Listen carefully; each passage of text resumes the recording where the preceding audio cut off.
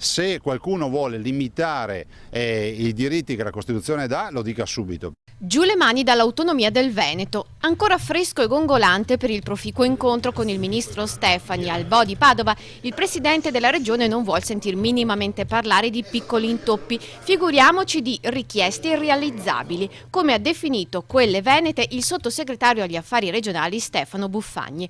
Lo sgambetto del pentastellato al procedimento di autonomia del Veneto non prende però in contropiede Luca Zaia. Che la Costituzione parla di 23 materie e i veneti non ne chiederanno una in meno, ne vogliamo 23. Durante l'audizione a Milano davanti alla Commissione Consiliare per le Autonomie a Palazzo Pirelli, sede del governo regionale della Lombardia, Buffagni è andato dritto come un fuso. La richiesta del Veneto di ottenere tutte le 23 materie trasferibili nell'ambito della trattativa sull'autonomia con il governo risulta essere molto irrealizzabile. Gelo in Veneto. Immediata la bacchettata del suo ministro Erika Stefani. Sono certa che Buffagni sia stato mal interpretato.